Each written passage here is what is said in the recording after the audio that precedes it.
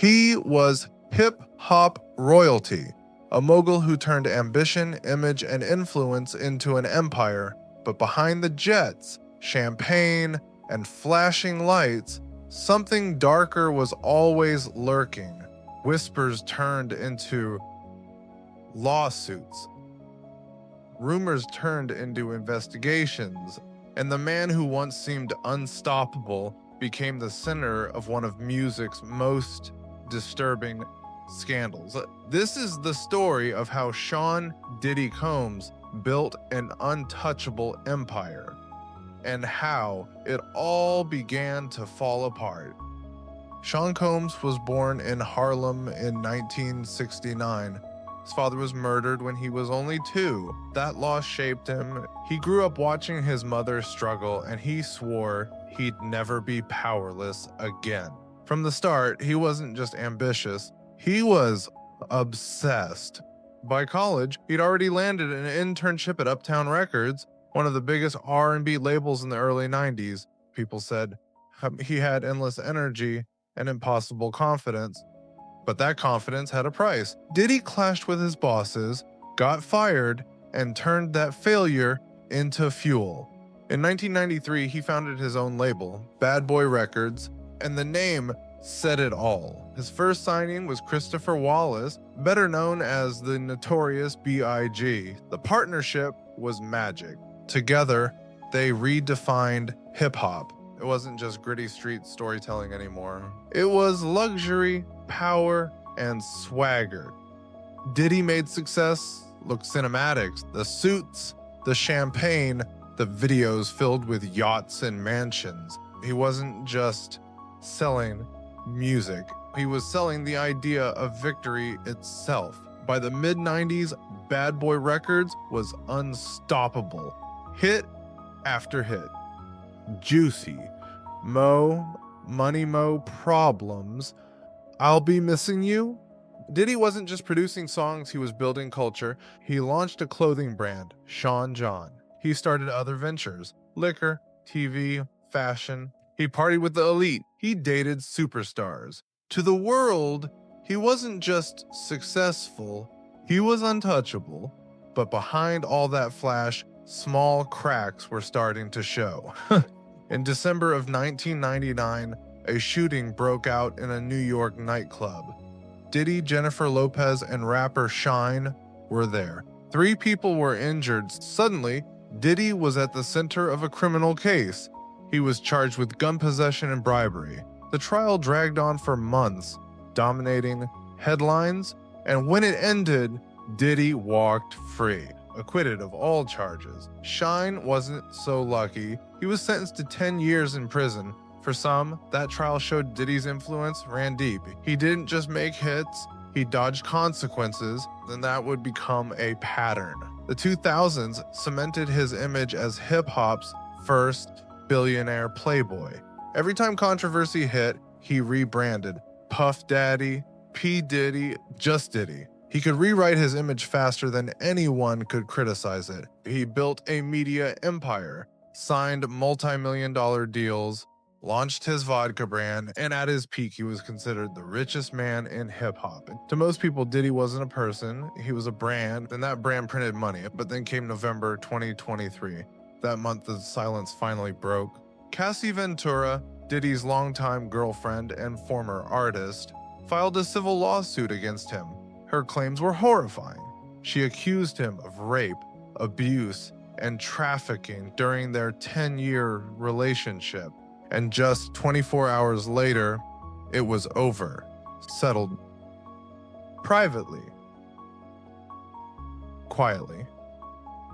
Cassie's lawyers said both sides reached an amicable agreement. No details were revealed. No one admitted guilt, and that silence set off alarms everywhere. Because when a decade of abuse allegations disappear overnight, people start to ask why. Diddy denied everything. He called the accusations false and outrageous. But something had shifted. The public's faith in his innocence cracked, and the rumors that had followed him for years turned into patterns. that couldn't be ignored. More women came forward. One said she was assaulted by Diddy in the early 90s. Another accused him of trafficking when she was a teenager. Each lawsuit sounded eerily similar: coercion, violence, control. Some of the cases were dismissed, others were ongoing, but one thing was certain: Diddy's empire was under siege. Then came March for 2024. Federal agents raided Diddy's homes in Los Angeles and Miami. Helicopters circled. SWAT trucks surrounded his mansions. Agents kicked down doors. It looked like something out of a movie. Except it wasn't fiction. Diddy wasn't arrested that day, but the images alone were devastating. For years, people had joked that Diddy was untouchable. Now the government was literally breaking down his doors. And honestly, when the feds need a SWAT team to visit, it's safe to say it's not just a routine checkup. By September, things got worse. Prosecutors charged him with racketeering conspiracy, sex trafficking, and transporting individuals for prostitution. The indictment described him as the head of a network, a system built to enable and conceal abuse. They claimed his employees helped find, move, and silence victims, that NDAS were used as weapons, that money and fear were the glue that kept everyone quiet. The case sent shockwaves through the industry. Fans were stunned. Brands started cutting ties, and Diddy's empire, built on luxury and control, began to collapse.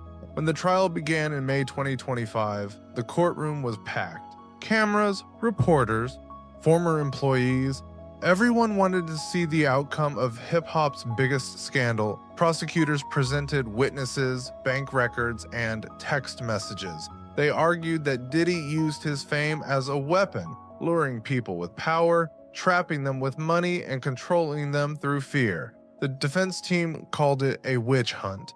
They said the claims were exaggerated, that the accusers were inconsistent, that some were after money, not justice. But too many stories lined up for anyone to believe it was all coincidence. After months of testimony, the jury reached its decision. Diddy was acquitted of racketeering and sex trafficking charges, but convicted on 2 counts under the Mann Act for transporting individuals for prostitution. In October 2025, the judge sentenced him to 4 years and 2 months in federal prison, plus a $500,000 fine. Not the life sentence people expected, but finally, some measure of accountability. And for the first time in his life, Diddy couldn't rebrand his way out of it. So how did it take 3 decades for any of this to happen?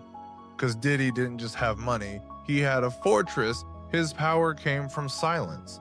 Employees signed strict NDAs, assistants, girlfriends, even security staff. Everyone knew the rule: loyalty at all costs, talk and your career is over. He used money to make problems disappear. He used influence to reshape narratives. He owned media outlets. He had corporate partners. If a reporter wanted access to him, they learned quickly: don't ask the wrong questions. For years, Diddy wasn't just a celebrity. He was the gatekeeper of an entire network of power. And that's how myths survive. When someone becomes too big to fail, truth gets rewritten to protect the investment. Former employees later described life in his circle as a mix of luxury and fear. One said, "You didn't say no to Diddy, you just didn't." Another described him as the sun and everyone else was a planet orbiting him.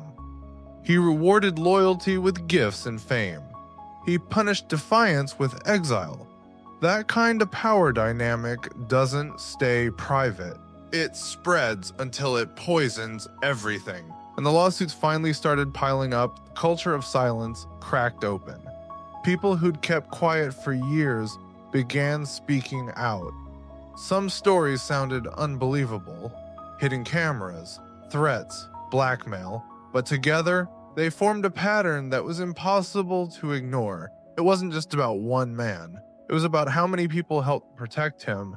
After the conviction, his world fell apart fast. Brand deals collapsed. Revolt TV dropped him. C-Rock quietly pulled back. Streaming platforms re-evaluated his music. His billion-dollar empire evaporated almost overnight. The same media that once glorified him now treated him like a headline from a crime documentary. It's ironic.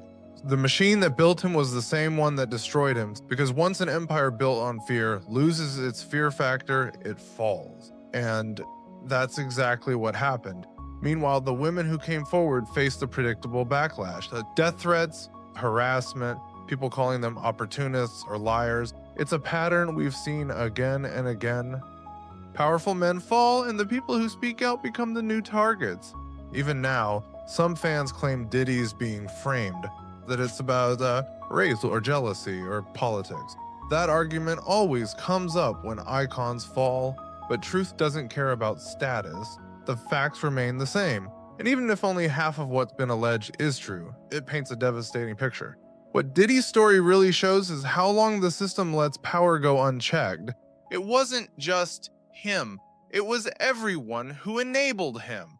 The publicists, the partners, the investors who valued profit over people, because as long as the money was flowing, nobody asked questions. But when the dam finally breaks, it's too late to ask why. Now Diddy sits in prison. His companies are fragments of what they once were. The man who once called himself love is now synonymous with control, manipulation, and destruction. And even when he gets out, he'll never return to the pedestal he once ruled. But this story isn't finished. More lawsuits remain open, more witnesses are speaking out, and more journalists are digging into the trail he left behind. There's even talk of a Netflix documentary covering the entire saga, the rise, the empire, and the collapse. Whether it reveals truth or just adds to the spectacle remains to be seen. But one thing's clear is power protects itself until it can't. The disturbing reality of Diddy's untouchable empire isn't that it existed, it's that it thrived for so long. Because when fame becomes armor, it takes an army to pierce it. And even then, the damage can never truly be undone. Nobody is untouchable forever. If you found this story interesting, let me know what you think in the comments below. Do you believe justice was finally served, or was this just another case of power slipping through the cracks? And if you want to see more deep dives like this, stories about the rise and fall of music's most controversial icons, make sure to like the video, subscribe, and hit the notification bell. Because next time, we're taking a look at another empire that thought it could never fall.